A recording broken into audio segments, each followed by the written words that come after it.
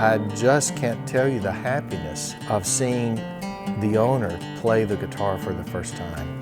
And I've come to say that, yes, we build guitars, but we build happiness.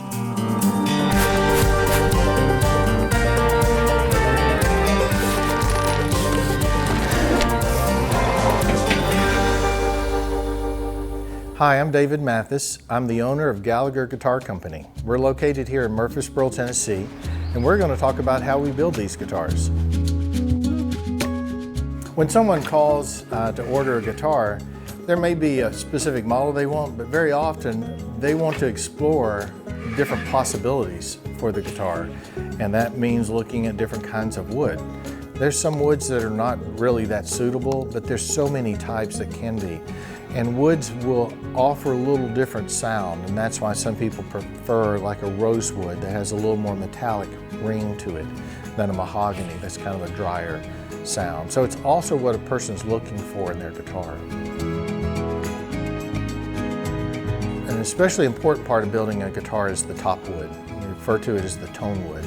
Spruces are the primary woods that are used for the top wood, because they're just ideal for building a vibrant guitar. You don't want a top that's really stiff. It'll sound like it's just dead. It won't have any life to it.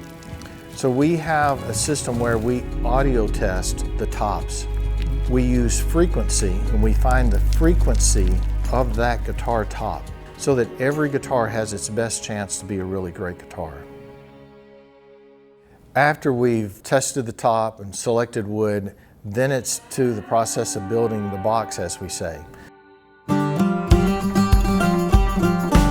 The tricky part that we kind of hold our breath on at times is bending the sides. And we bend the sides on a machine that J.W. Gallagher built back in '65.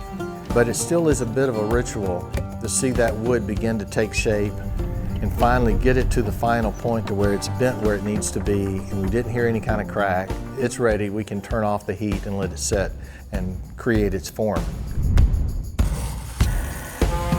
When we pull that out, we place it into a mold that holds the form in place as we build the inside of the box. The bracing is so important because you have anywhere from 120 to 160 foot-pounds of pressure pulling on that top by the strings. So it's got to be structurally sound. After the body's been constructed, if you look at it, you've got a top and a back that's hanging over the sides. And so you have to take it to a binder, and you have to flush trim around the shape of the body. And then we put a router to it again because we cut a channel for the binding. The binding, it's like a bumper on a car, so that you've got that exposed edge. Well, you put a binding around that to protect it. Once the body has been bound, the next thing is to prepare the neck to be joined to the body. We prepare a neck in kind of rough form on a CNC machine. And then we have our fretboard and our head cap that are glued to that, and then we carve to the pattern that we need for that neck. So there's still hand carving that's done as we build the neck. The process of fitting a neck, there's science, there's mathematics, but there's a lot of skill, because you want a nice tight joint so that you have good connection between the neck and the body to help with the conduction of sound. But that initial fit is so important, and it's a high skill level to do that.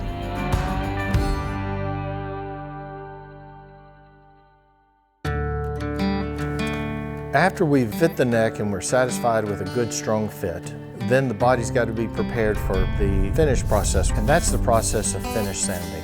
It's a process of finding any unevenness in the wood, any scratch marks, because if it's not done properly, once you put some kind of finish over it, it's like a magnifying glass. It pulls everything out. And so when you look at a guitar and you don't see any kind of mark or scratch or imperfection, that is not by accident. It's a high skill level to bring a guitar to what we call finish sand.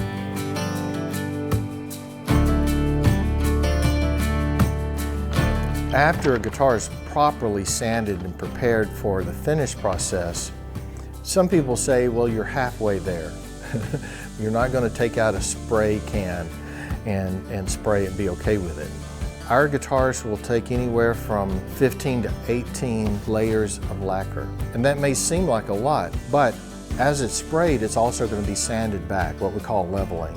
But it's a timely process because once the final spray goes on, it's going to need to sit and cure for at least 7 to 10 days.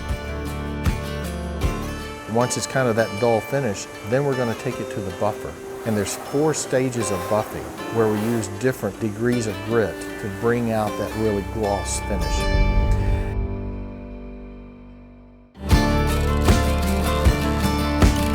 After everything's been brought to a gloss, and again, we finish our neck and our body separate, then those parts have got to come together. It's what we call the final setup. And that's where we take a piece of bone to fit in the saddle, and we take a piece of bone for the nut. We cut for the strings to lay into that bone at the right height. We put the tuners on, we string it up, we test for what was called intonation. We take the strings off, we adjust, put the strings back on, test again, take the strings off, adjust, to get to as ideal of a setup as we can. And then we put our final set of strings on, and then we sit around and we hear the guitar for the first time.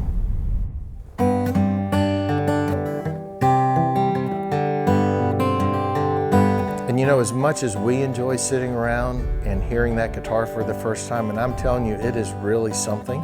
Guitars can be emotional that way, they can evoke something from you. So we create history and satisfaction and happiness and joy with these instruments, even if it's just playing to our kids at home.